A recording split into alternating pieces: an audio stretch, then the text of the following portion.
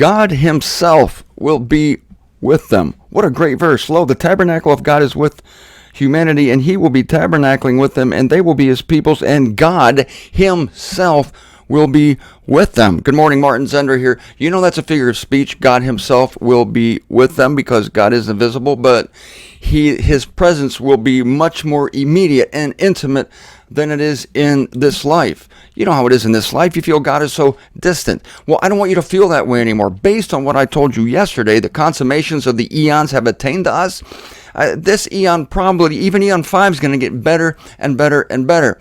But we don't need to wait for that, because in spirit we apprehend this truth that God is dwelling with us. It's not like it was in Israel. My goodness. He is a present help. I know that's an Old Testament verse. So since it's an Israel verse, it's not even as intimate as God is with us. A present help? What is this? It's like God's my copilot. He's helping me. No, it's far more than that. You know that old saying, God is my copilot.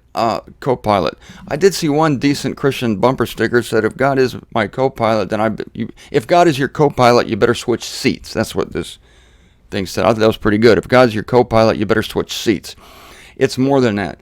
God is, it's like every breath we take, every move we make, God is indwelling. The Spirit of God makes its home in us. There it is. Wow, I finally got it out.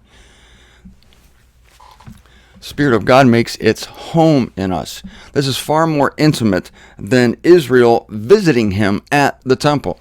And so here's a great thing at the consummation of the eons that will attain to us. God making his home in us. I remember A.E. Knox saying that the best gift he had was his God consciousness.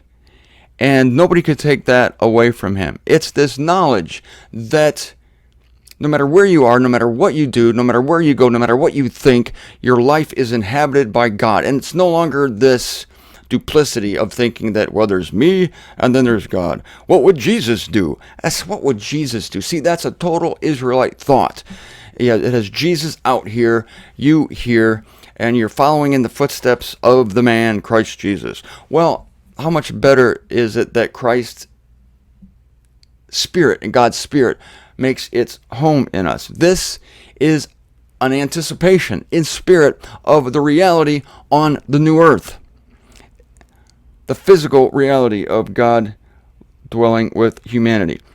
Now, as you know, I want to get into this clamoring and mourning. I hate mourning. Here I go again. I'm going to start talking about mourning. I talked about tears yesterday. I'm going to talk about mourning right now. Apparently, I wasn't planning on it. I still want to talk about this bride as a bride adorned for her husband. There is so much truth there, not only concerning Israel, but concerning the men and women, and why women are so beautiful and everything. I love that truth, as you know. But let's talk about mourning right now. Let's talk about funerals. Let's talk about the loss of loved ones, because I think a lot of you are going through this. I told you that as I watched my friend Nancy go under general anesthesia, it reminded me of death, and it was a terrible thing, and I cried. So there was, in a sense, mourning and tears at the same time. Every tear will be removed from their eyes. The very next verse is telling here in verse 4 of the Unveiling 21. And verse 4 says, every tear will be removed from their eyes, and death will be no more. That's going to be a really huge reason why there are no more tears, because I think almost all our tears are related either directly or indirectly to death, whether it's the apprehension of the reality of death, or the dread of coming death, or seeing a loved one die. These things produce tears in us, but death is going to be no more. Now, your question might be, I'm anticipating this. Don't worry, I'm going to get to it. Martin, the second death is still in existence. That's true, but there is no more dying. But Martin, you said that there are mortals on the new earth. Okay, but you're tough. You're not being easy on me today, and I appreciate that. Take me to the limit. Push me. Push me. Make me go the extra millimeter. People are still dying, but they're not entering the death state anymore. Therefore, if the new earth is 10,000 years long, then people will live 10,000 years. Even mortal people will live 10,000 years because they're receiving healing from the leaves of the tree of life growing in along the river of life in the New Jerusalem. So don't worry about that. So that's a huge improvement on the millennial earth, because in the millennial earth people will still be dying. Remember, there's a verse that says a man of 100 will be considered but a youth. That tells me that he's still going to die. He's just young. Your teenage years are your centenarian years. You turn 100, it's the equivalent of today turning 13. This guy turned 100, so now he can show his ID and get a drink on the new earth. Can I see your ID? You have to be 100 years old to drink the beer flowing from the river of life. Or maybe it's the river of beer. I don't know. The point being that, no, that's on the new earth. Yeah, that analogy should have been applied to the millennial earth. Sorry about that. Will there be beer on the millennial earth? That's a good question. Yes. Jesus said he would not drink wine again until he drank it with his disciples in the kingdom. So that's the first thing going to happen when Jesus is reunited with his disciples. There's going to be one heck of a wine fest there. And I'm coming down for that. I don't know if I told you. I'm coming down for that. Because that's going to be the best tasting wine ever. And so if there's wine, there's beer. Where there's wine, there's beer. That's my saying. And so, yes, there's going to be beer on the new earth. On the millennial earth. Don't let me get those confused. Because there's still death on the millennial earth, but not on the new earth. So it's mourning. It's grief. And that's the worst pang in the world. You know that 40,000 people approximately die every single day. Before I finish my sentence, there's another dozen people gone. And the grave is not satisfied, said the wise man, Solomon. And people are mourning every day. Some of the most heart-wrenching photographs I see are those of people grieving, their faces rent in anguish, kneeling over the body of a dead or slain loved one. And people are experiencing it now. People are waking up this morning and that pit is hitting their stomach, that their child or their parent or their brother or their sister is gone. Gone. That's the horror of death, is that people no longer are. And it's a shock, isn't it, when someone who is near to you, you walk with every day, you speak to every day, and suddenly they're gone, and there's a huge emptiness and vacuum in your life, and this vacuum just pulls the tears out of you, and that's called mourning. Mourning concerns death. Mourning. I used to think that the mourning dove was morning because you heard them in the morning. No, it's mourning, mourn, because the doves sound like they're grieving, they're sad. Because this is what is pulled out of us in the wake of the absence of life. This is going to be eliminated. No more mourning on the new earth. Why? Because there's not going to be any more funerals.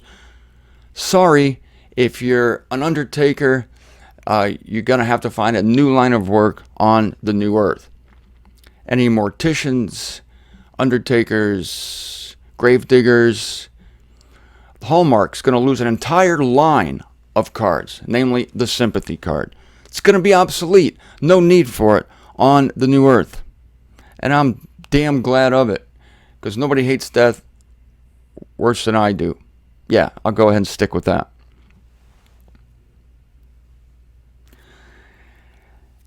And so this is why people mourning the pain of death won't be doing it anymore, because there won't be any more death, nor clamor. There's not going to be any mourning, nor clamor, nor misery. Misery makes me miserable. I hate misery. Misery has you writhing. There's another thing that we do to vent. Yesterday I spoke about laughing. I spoke about tears.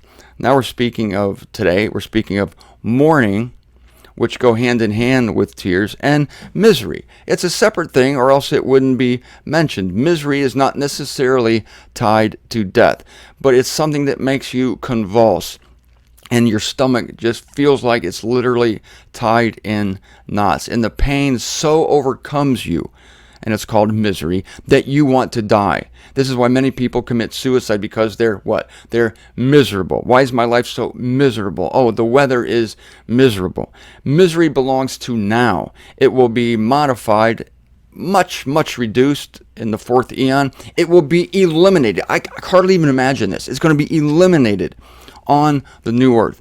And I'm not going to talk about any of this stuff without mentioning 1 Corinthians 10:11, bringing it to us. The consummations of the eons have attained to us.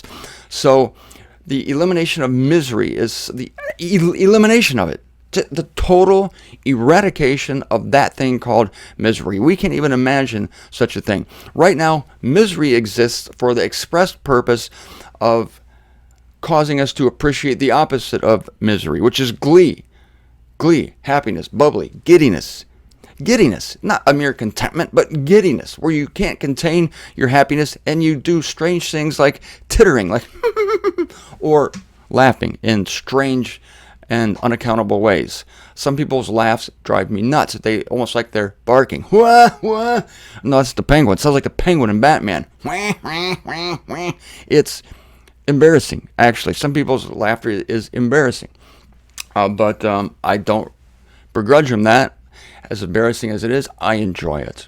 Some laughter I enjoy more than others. But misery, I can't hardly stand to see. It's the opposite of all these things. It's a curling up in a ball and pain that can barely be endured. That's going to be no more. Why? For the former things passed away. Former things. The thing is, we're now living in the time that in the future will be called former. But one of the reasons God took the Apostle John into the new earth is that he could send back a report. Unfortunately, we weren't given the same courtesy for our own apostle, Paul, who went into the third heaven and came back with nothing. Oh, yeah, Paul says, I saw things that were incredibly beautiful. I heard things that were ineffably wonderful, and yet I can't tell you anything about it because I'm not permitted to. Step aside then, will you? Bring John into the room. Because here's a man who not only went onto the new earth. Well, did he go into the new earth? If he did, he went into the Lord's day, which is the second earth, the fourth eon. But he definitely, at the least, looked into the new earth.